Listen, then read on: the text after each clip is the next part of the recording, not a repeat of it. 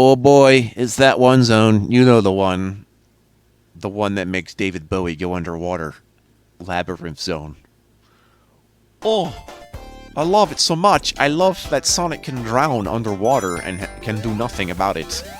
Except wonder how one breathes oxygen bubbles. Like, has anyone tried that? Where they find an air bubble underwater, be like, get my mouth on that shit and see if it works. I wouldn't try, like, it feels like it would be probable. I just don't know if it really worked that way, and I wouldn't actually want to try that. But if there's, like, air bubbles underwater that aren't carbon dioxide, maybe you're okay. You'd have to wonder how to get down there in the first place, because usually the bubbles you see are your own, where you're just breathing out, and they become bubbles. It's a very bubbly level. I am pretty proud of this Labyrinth playthrough this time around, because, I mean, if you're wondering why I'm always, like, precisioning this game in particular, this is why. And the fruits of my mental menial labors. Except for that was kind of dumb sauce. Who knows? So, I guess this is like, now we're like in Atlantis or something? What is this? Why are there, like, the animals in here have to be aquatic, right? Otherwise, how are they gonna live? They ain't gonna live. They got nowhere to go. Without much of any, like, other Sonic games, I guess the plot is pretty barren. It's like, save the day. It's like, alright, I'm gonna save your day right now. You can see elements of other Sonic games too, like that one, or like that whole, like, jet through sideways thing. That should remind you of... I have not decided whether to call it Hydrocity or Hydro City, but I'm leaning towards Hydro City. Calling it Hydrocity is pretty cool, but I think I'm going to be on Camp Hydro City, because it's a compound word, and most Sonic zones are compound words anyway. So it works. Or one word, like Marble, Labyrinth. Yeah, that's something I'm glad they stopped doing. And then in, like, any other Sonic game, it's like 2-word names, like, thank goodness. Because how to remember, be like, yo, guess what, it's Marble. Yeah, okay. Who's ready for Brick Zone? Yeah, I'm going to Granite Zone. Woo! But Labyrinth Zone, I probably... As vague as that sounds for any kind of game ever. Like, I don't know if I knew what Labyrinth meant when I played this game the first time, so I just thought it was associated with shit like this. I've learned since then. Although, thinking back on it, I think I kind of knew offhand that it wasn't, because I'd already associated with this ancient, like, this old toy.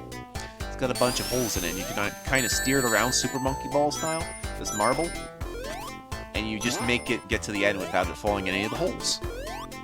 I think it's something they made somewhere in one of the Scandinavian countries. I forget which. But I had one of them. I don't know why I had one of them, but I had one of them.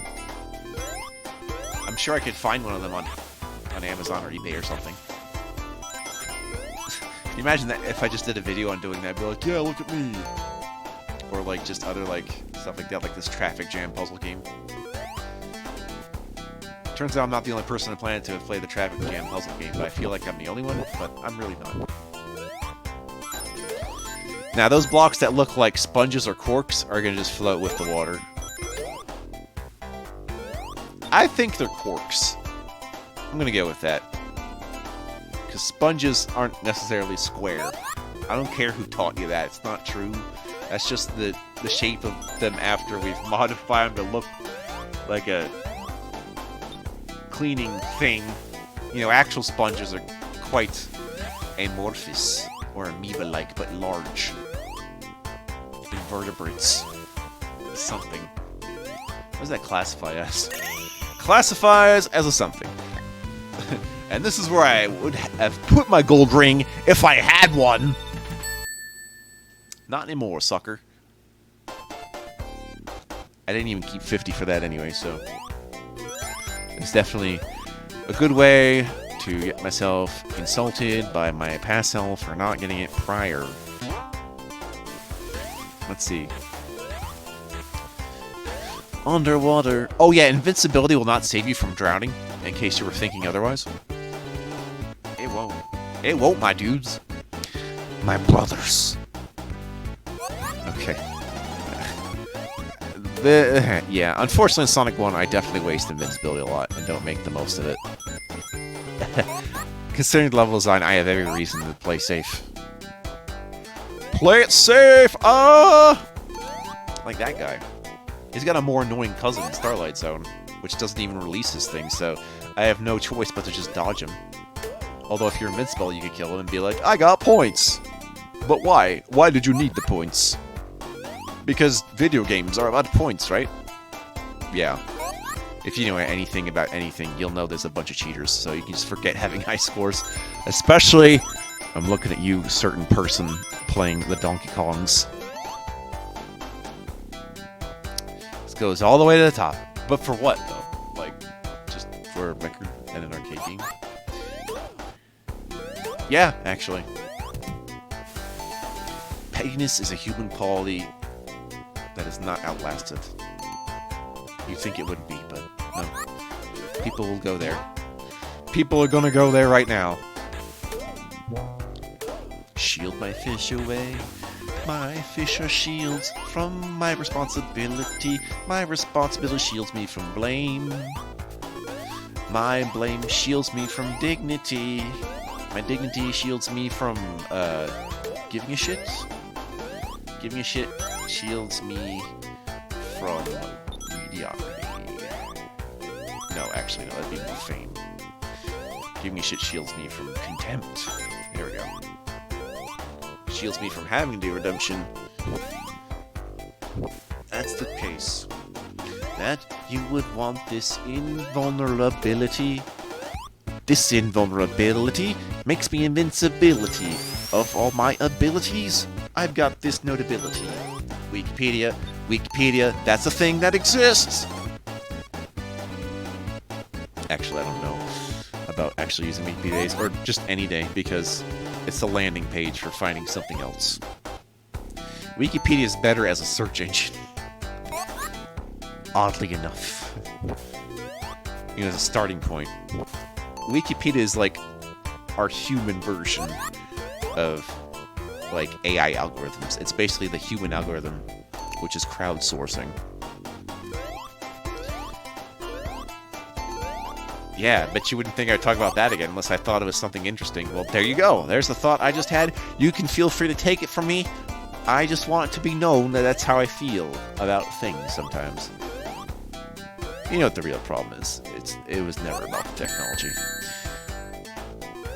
Well, that's cool. I could have just had every ring ever and decided not to. At the last second. Da da da da. We ride this platform and we ride it up. This platform shows the Sonic my aptitude test, and I take an aptitude test. How about an attitude test, where they, like, judge you on how rad you are? How would Sonic do on the attitude test, do you think? I know on the altitude test, he'd want to be up high, but no, that's Tails' job, is the altitude test. I don't know if there's any explanation for having these, like, extra goal points at the end. They're kind of cool, though. They didn't really do anything.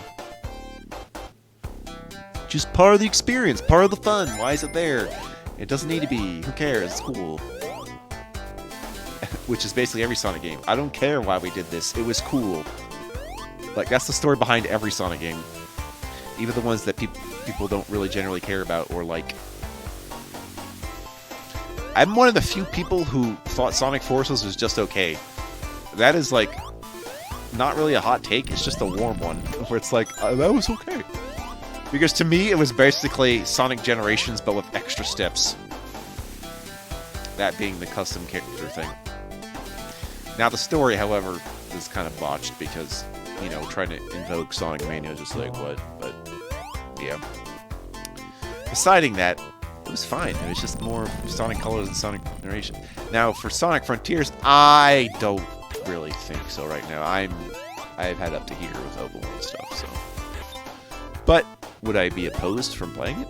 Not necessarily. What are the kids calling it? That shit is mid. Yeah, it's mid. It feels mid-tier to me. Not even bad in a fun way, just something I don't necessarily care about enough to want to care, but is pretty much inoffensively bad, and is not actually bad. If that makes sense. It probably doesn't. I don't know anyone complaining about it, because apparently, in this day and age, you complain about anything, there's someone being like, nah, don't complain about this. And that's how I felt about the original model they were going to use for the Sonic Hedgehog movie, and then he was reused in a completely different movie, and be like, wow, not only is the Sonic Hedgehog movie got redeemed, so was this early... It's like, my duder, that doesn't take away of what they were doing, though. Like even just the model, like, everything must be forgiven, I suppose. It was just weird that there was just like a 180 thought process. So, anytime someone complains about something, there's just gonna be a big 180 on it just to make you think the opposite, because haha, fooled you, you were wrong. How dare you to be wrong? You were... How dare you ever be wrong in my presence? I have enough money to prove that you were actually wrong this whole time and that you were evil. You know? It's like, oh, he's downtrodden, must be because he's a bad guy. It's like, no. Oh, he's uptrodden? He must be a bad guy. Well, I don't know that for sure. The thing about people who are popular or have a lot of stuff is that they would obviously be the biggest targets. That's why a lot of rich people you don't actually hear about. Because they know better. The smart ones know better than to just flaunt themselves everywhere instead of just being influential behind the scenes, which is the smart play. Assuming that is the smart play and it's not just them giving themselves their own neuroses, but I don't fucking know. How did I get here again? Something about, how do we get in this topic? I don't know. I just couldn't make the deal. I couldn't close the deal. I had no veal. It was not real. It was delicious, though. I like meat.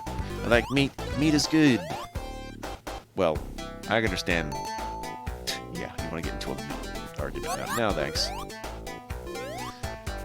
Tell you what, I play a game about meat, like Super Meat Boy. We can have all the meat arguments. Does that feel fine with you? Or if I play Monopoly, then we can have good old economic arguments. Yeah, that way I can remain relevant. There we go. That works out. Even though I wouldn't do an LP of Monopoly, I would instead do Fortune Street. So, yep. Yep! A video game in which insider trading is allowed. Haha, joke's on you, people are doing it anyway. Including Yuji Naka. There you go, I rolled it back around. It was all about this, like, rich people jank, and then it just turned out it was just a Yuji Naka thing the entire time, and I gotcha! No, I got myself. I just kind of picked it back up. Gotcha, bro. Also, not once, but, like, twice.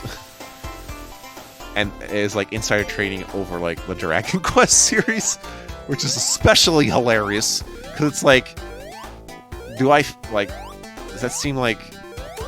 I don't know, Dragon Quest has never been a bad franchise. So,